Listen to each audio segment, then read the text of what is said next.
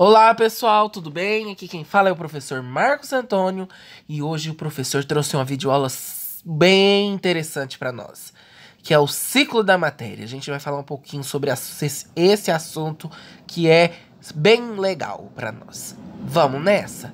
Então vamos lá. Ciclo da matéria. O ciclo da vida depende de uma constante renovação de matéria. São as trocas existentes entre os seres vivos que mantêm o equilíbrio e renovação dos elementos e substâncias através dos seus ciclos. Olha que interessante, pessoal. O que significa isso daí para nós? Significa que a vida só existe por conta da transferência de energia que os ciclos de matérias propõem aos nossos ecossistemas, né? Existe uma frase bem interessante, assim, que na natureza nada se cria, nada se perde, tudo se transforma, e essa frase está diretamente ligada ao ciclo da matéria, à trajetória das energias que compõem o ecossistemas, passado de um ser vivo para outro por meio da alimentação, o principal meio de transferência de energia. Então, pessoal, o ciclo da matéria é muito importante para manter os nossos sistemas equilibrados, certo? E também para a renovação de elementos e substâncias, certo? Então vamos dar continuidade. O ciclo da matéria. Com a morte dos organismos, a matéria orgânica que constitui seu corpo volta ao ambiente.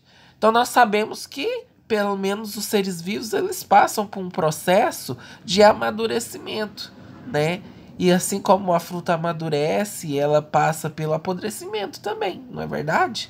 Os seres humanos são iguaizinhos, seres vivos são iguaizinhos.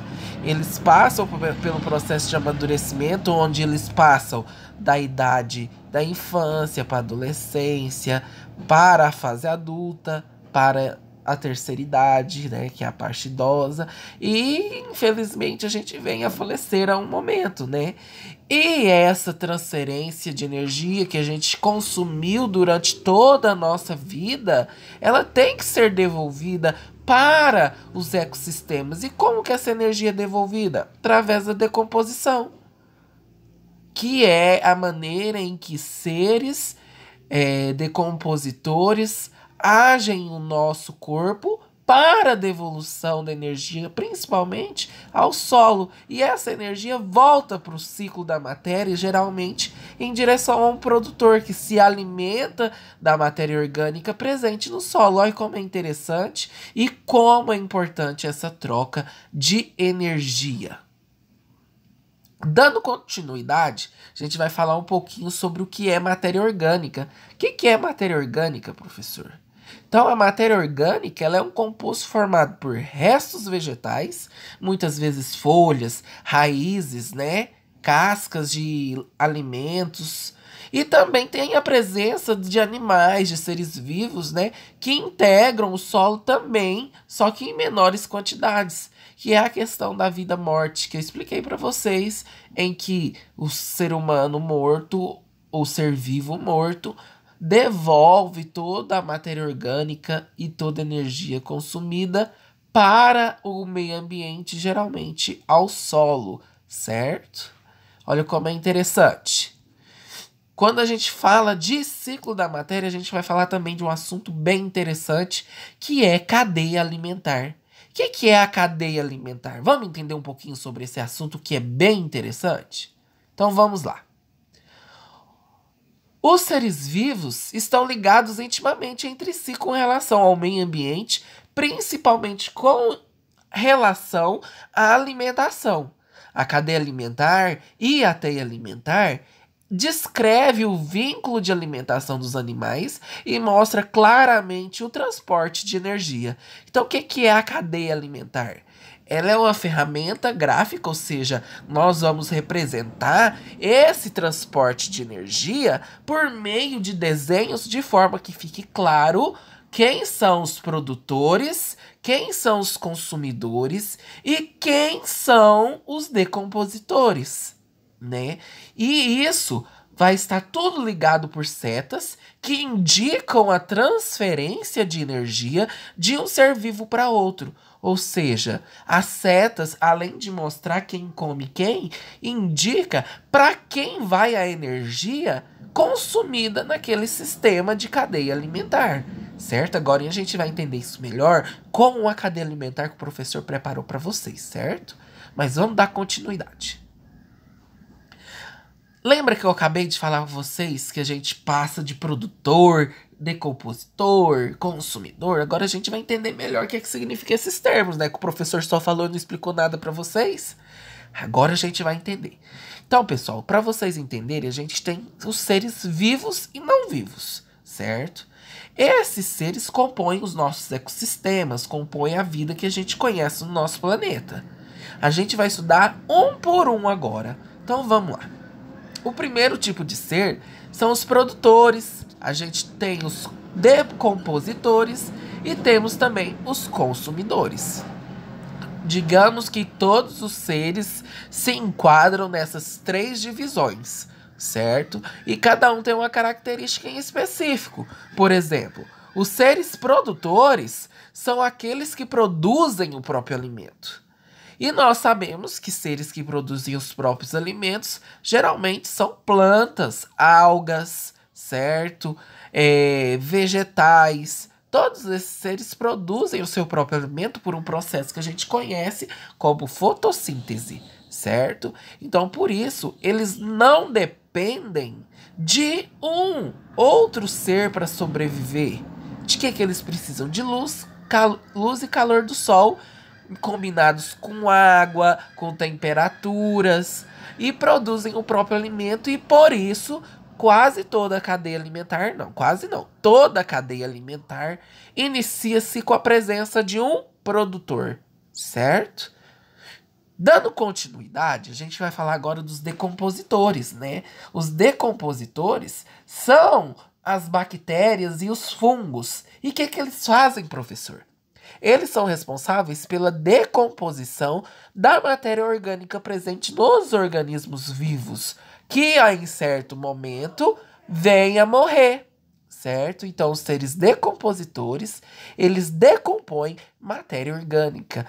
E é muito importante esse trabalho que eles fazem, esse trabalho de limpeza, porque eles são responsáveis por devolver parte da matéria orgânica que ocupou um dia o corpo de um ser vivo ao solo, para que a gente consiga manter o ciclo da matéria, porque nós sabemos que quando a matéria orgânica é depositada no solo, muitas vezes ela é absorvida novamente por um ser produtor que vai dar início a uma nova cadeia alimentar.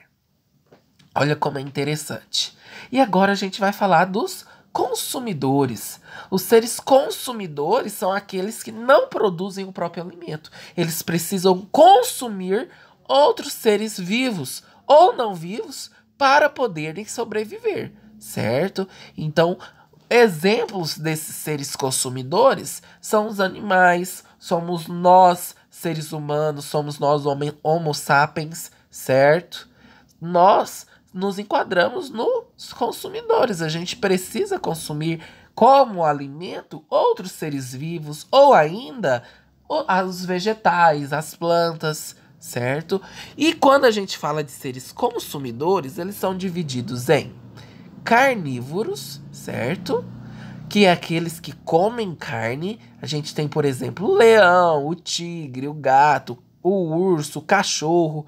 Claro que existem vários outros seres carnívoros, inclusive nós, seres humanos, também podemos ser considerados carnívoros porque comemos carne, né? Nós temos os herbívoros, que são aqueles que comem plantas, né? Por exemplo, a vaquinha, o boi, o hipopótamo, o coelho, o elefante, a ovelha, a girafa. Todos esses se alimentam geralmente não, sempre se alimentam de plantas. E essas plantas são o alimento desses seres vivos. Consequentemente, eles são herbívoros, certo? Outro tipo de consumidor que a gente tem são os onívoros. Os onívoros são os seres que se alimentam tanto de plantas quanto de animais, certo? Então quer dizer que eles comem carne e comem também plantas. Esses animais, eles são chamados de onívoros por comerem os dois, certo? Então, ó, para ajudar vocês, ó, carnívoros come carne. Herbívoros, a gente vai lembrar de ervas, a gente vai lembrar de plantas, né? Então, eles comem plantas. Os onívoros comem os dois. Onívoros, os dois. Aí vocês vão lembrar que é bem fácil decorar. Além desses 3 tipos de divisão, a gente tem outros exemplos. Por exemplo, a gente tem os insetívoros, que são aqueles que comem insetos. É bem fácil de decorar esse, né, pessoal? Que o início da palavra lembra direitinho a palavra inseto, ó. Insetívoro. Então, come insetos. E além desses, a gente tem também os seres hematófagos, perdão. Esses seres hematófagos, eles se alimentam de sangue de outros animais. Exemplo que a gente tem são alguns morcegos, não são todos, que a maior parte dos morcegos são herbívoros, certo? E nós temos também os mosquitos pernilongos que vivem chupando as nossas pernas e dando aquela coceira super desagradável, né, pessoal? Mas faz parte da cadeia alimentar, beleza? Agora a gente vai conhecer um pouquinho a cadeia alimentar na prática e eu tenho certeza que vocês vão tirar de letra esse conteúdo que é nota 10. Então vamos lá? Como eu disse para vocês, toda a cadeia alimentar se consiste na transferência de energia. Só que para existir transferência precisa de alguém que produza essa energia, né? E a maior parte da energia da Terra é produzida pelo Sol, né? Essa energia produzida pelo Sol, ela é absorvida por um ser conhecido como produtor, certo? Que o professor já explicou para vocês, né? Um exemplo de produtor são as plantas, as algas, né? E esse produtor produz o próprio alimento, certo? Por meio do processo que o professor já disse para vocês, que chama fotossíntese. Então, esse produtor geralmente serve de alimento por um outro ser, como por exemplo, esse grilinho aí, esse gafanhotinho que o professor trouxe para vocês. Esse gafanhotinho, ele é chamado de consumidor primário.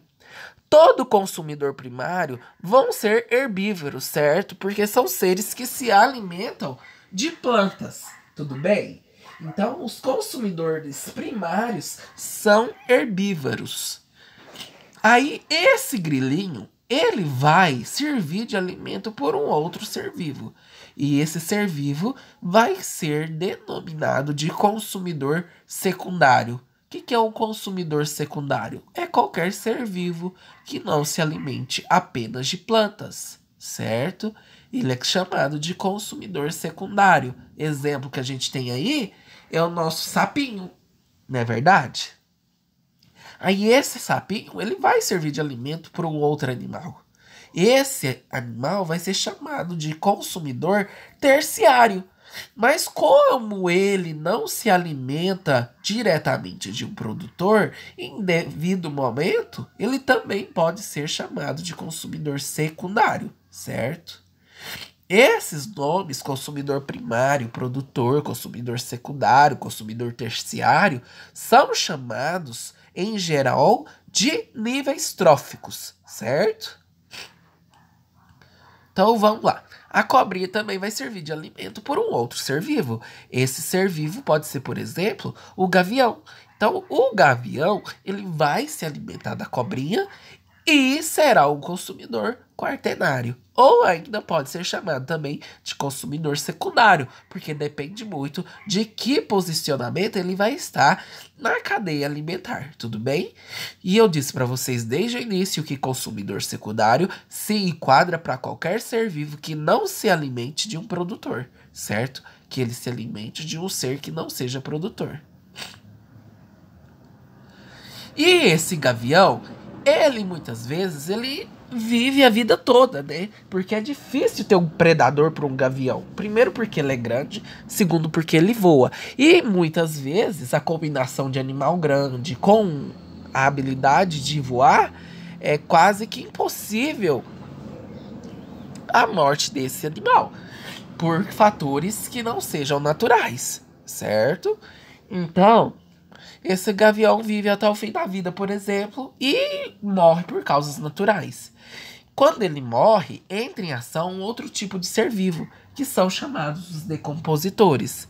Os decompositores são aqueles seres vivos que decompõem a matéria orgânica existente no corpo do animal morto, para devolver ela para quem? Para o solo. E essa energia que os decompositores decompõem vai ser devolvida para quem?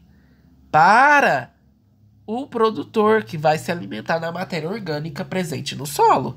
Olha como é interessante. Então, dando continuidade. Só para vocês entenderem melhor, aqui a gente já tem a cadeia alimentar formada por completo, né? E essa formação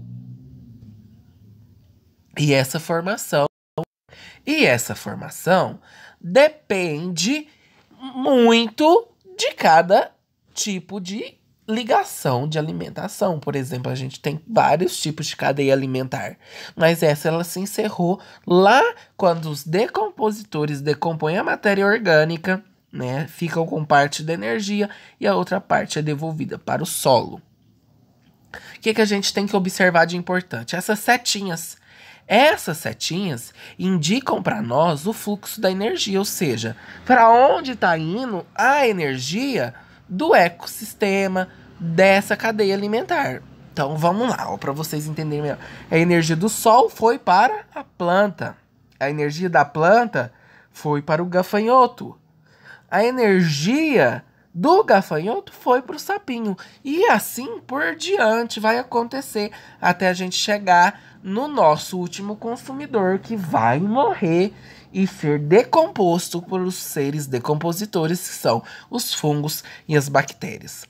Pessoal, eu espero que vocês tenham gostado muito da nossa videoaula, certo? Além da cadeia alimentar, a gente também tem a teia alimentar, que vai ser um assunto abordado numa aula futura, certo? Que eu vou preparar com muito carinho para vocês, tá bom? Então, como eu já disse, espero que tenham gostado. Se gostaram, manifestem-se, certo? Comentem aqui no grupo, comentem nos nossos comentários. Dê sugestão caso você não tenha gostado. Então, vamos aproveitar a oportunidade para tirar as dúvidas com relação a esse conteúdo, que eu acho que vocês vão tirar de letra, tá bom? Um abraço e até o nosso próximo encontro.